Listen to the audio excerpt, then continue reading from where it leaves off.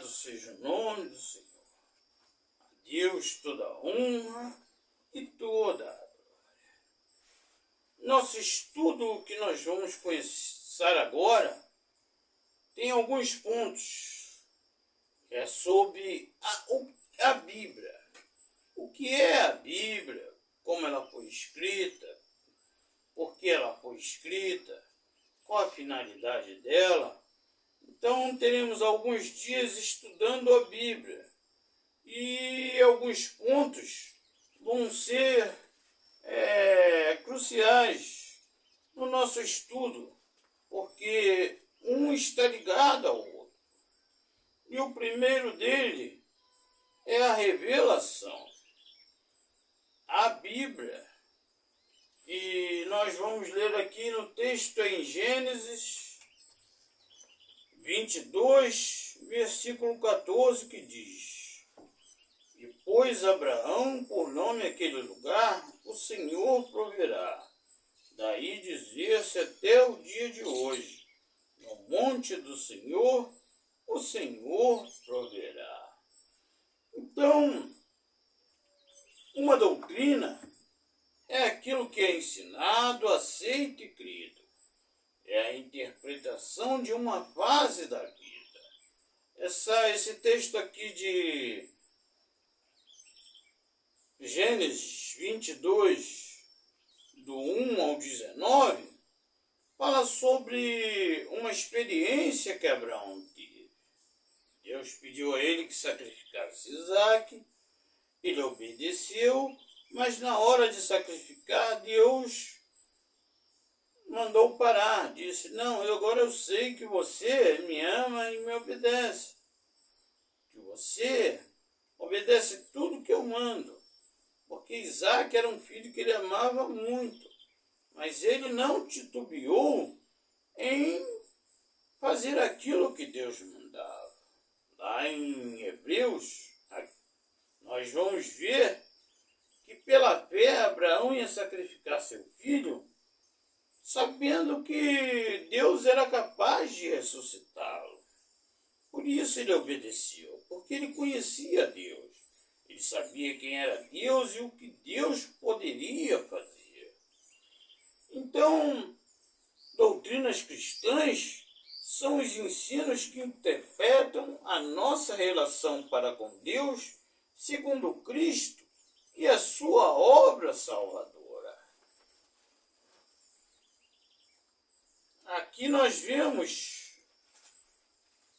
em Atos 9, de 1 a 9, diz: Saulo, respirando ainda ameaças de morte contra os discípulos do Senhor, dirigiu-se ao sumo sacerdote e lhe pediu cartas para a sinagoga de Damasco, a fim de que, caso achasse algum que eram do caminho, assim homem como mulheres, o levassem presos para Jerusalém.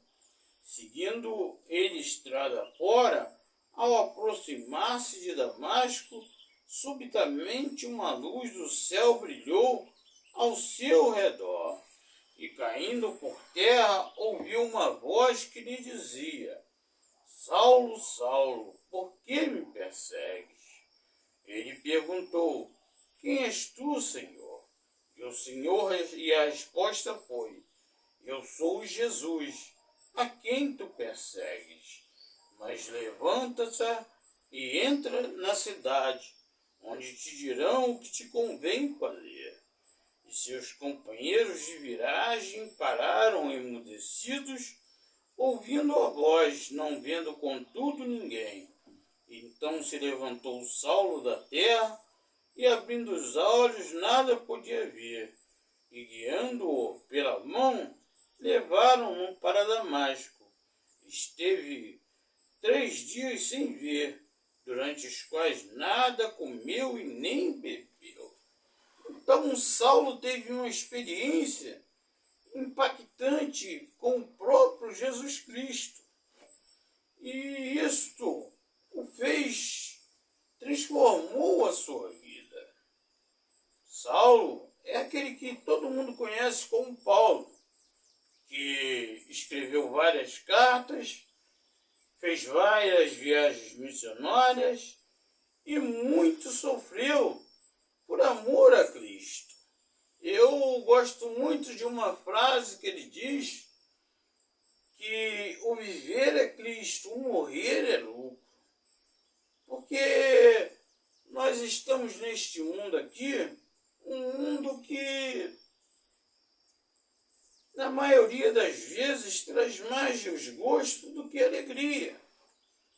É mais injustiça do que justiça. É mais desigualdade do que igualdade. Num mundo onde Deus criou, um mundo que Deus criou, que produz 3 vezes o que nós precisamos de alimento, a maioria da população passa fome. Um mundo que Deus criou com água em abundância, o homem está morrendo de sede. Não por culpa de Deus. Na maioria das vezes nós queremos colocar a culpa em Deus. Mas Deus não é culpado. Quando nós cortamos as árvores, as fontes de água secam. Os rios secam. Lá na minha terra Barra Mansa, onde tinha um rio que corria, um ribeirão, que corria em frente da casa de minha avó, onde nós podíamos tomar banho, hoje é um filete de água, porque fizeram casas de um lado e do outro do ribeirão e deixaram o meio. E quando vem a chuva vai arrastando todo mundo, arrasta casas, móveis e até pessoas. Pessoas morrem. Não era assim no tempo da minha avó. Existia muita árvore, matas, animais. Naquela época, a caça era abundante, meus tios caçavam tatu. E tantos outros bichos. Mas hoje não. Hoje, onde aqui eu estou, faz parte da Mata Atlântica. Não tem nem mais, acho que 10% da Mata Atlântica no país. E o homem continua destruindo, continua desmatando, continua poluindo e continua sofrendo as consequências. E a Bíblia, ela é a palavra de Deus. A Bíblia é a revelação de Deus. Todas as doutrinas cristãs são baseadas, derivadas da revelação em Cristo. Estão aqui na palavra de Deus. João 14, do 1 ao 15 diz: não se turbe o vosso coração. Crede em Deus, crede também em mim. Na casa de meu pai há muitas moradas. Se assim não fora, eu vou-lo teria dito. Vou preparar-vos lugar. E quando eu for e vos preparar lugar, voltarei para vos receber a mim mesmo, para que onde eu estou, estejais vós também. E não vós sabeis o caminho para onde eu vou. Disse-lhe Tomé: Senhor, não sabemos para onde vais. Como saber o caminho? Respondeu-lhe Jesus: eu sou o caminho, a verdade e a vida. Ninguém vem ao Pai senão por mim. Se vós me tivesses conhecido, conheceríeis também a meu Pai. Desde agora o conheceis e o tendes visto. Replicou-lhe Filipe: Senhor, mostra-nos o Pai, e isto nos basta. Disse-lhe Jesus: Filipe, há tanto tempo estou convosco e não me tendes conhecido? Quem me vê a mim, vê o Pai. Como dizes tu, mostra-nos o Pai. Não credes que estou no Pai e o Pai está em mim? As palavras que eu vos digo, não as digo por mim mesmo, mas o Pai que permanece em mim faz as suas obras. Crede-me que estou no Pai e o Pai em mim. Crede ao menos por causa das mesmas obras. Em verdade vos digo, que aquele que crê em mim também fará a obra que eu faço, e outras maiores fará, porque eu vou para junto do Pai. E tudo quando pedirdes em meu nome, isso farei, a fim de que o Pai seja glorificado no Filho. Se me pedirdes alguma coisa em meu nome, eu o farei. Se me amais, guardarei os meus mandamentos. Então Jesus, ele é o caminho, a verdade e a vida. Ninguém vai a Deus se não for por Jesus. Então, devemos crer em Jesus como o único e suficiente Salvador para ir a Deus. E quando orarmos, como diz Jesus, nós devemos orar no nome dele. Devemos falar no nome dele no final da oração. E Jesus diz que nós faríamos obras maiores do que ele, porque o ministério dele era de apenas 3 anos. 3 anos ele tinha que ensinar tudo que ele ensinou, ele tinha que curar, alimentar, fazer tudo aquilo em 3 anos. E depois ele entregaria a obra na nossa mão. A obra qual?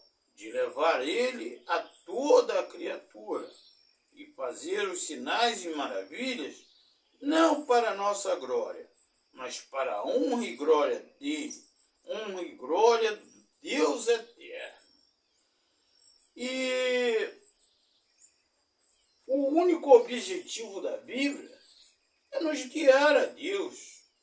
Ela não tem outro objetivo.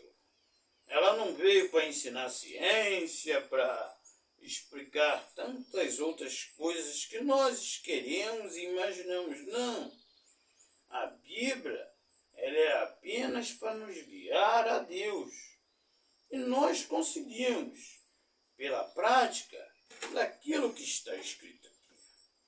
Se nós praticarmos o que está escrito na Bíblia, nós conseguimos chegar até Deus. João 14, 16, 17 diz: E eu rogarei ao Pai, e ele vos dará outro Consolador, a fim de que esteja para sempre convosco, o Espírito da verdade, que o mundo não pode receber, porque não o vê nem o conhece. Vós o conheceis, porque ele habita convosco, estará em vós. O Espírito Santo, ele é onipresente. Ele pode estar no coração de cada pessoa no mundo que receber a Jesus Cristo como o único e suficiente Salvador. E é ele quem vai nos guiar a toda a verdade. Se alguém é mentiroso, ele não tem o Espírito de Deus, ele não tem o Espírito Santo.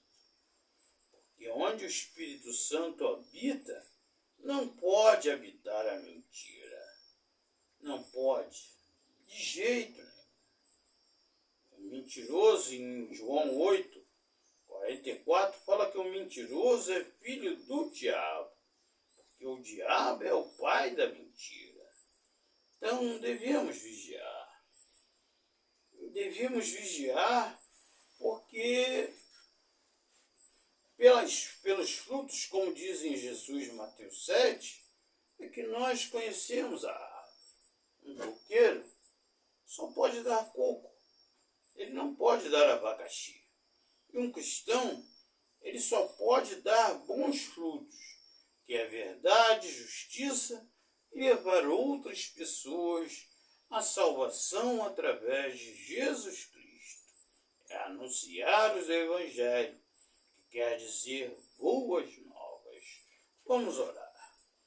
Nosso amado Pai eterno, graça te damos por mais este dia, graça te damos, Pai, por estar na tua presença, por tudo, Pai, que tu tem nos concedido. Graça te damos, Pai, pelo teu infinito amor. Em nome de Jesus, nós te pedimos e já te agradecemos. Amém. Que o Senhor te abençoe e te guarde. Que o Senhor faça resplandecer o seu rosto sobre ti e tenha misericórdia de ti. Que o Senhor sobre ti resplandeça o seu rosto e te dê a paz, em nome de Jesus. Amém. Até o nosso próximo estudo, se Deus assim o permitir. Que a paz esteja convosco em nome de Jesus. Ao Deus único e verdadeiro, ao Deus todo-poderoso, ao Deus Criador, ao nosso amado Pai eterno, seja toda honra, toda glória, todo louvor e o domínio pelos séculos dos séculos. Amém. Glória a Deus, aleluia. Louvado seja o nome do Senhor.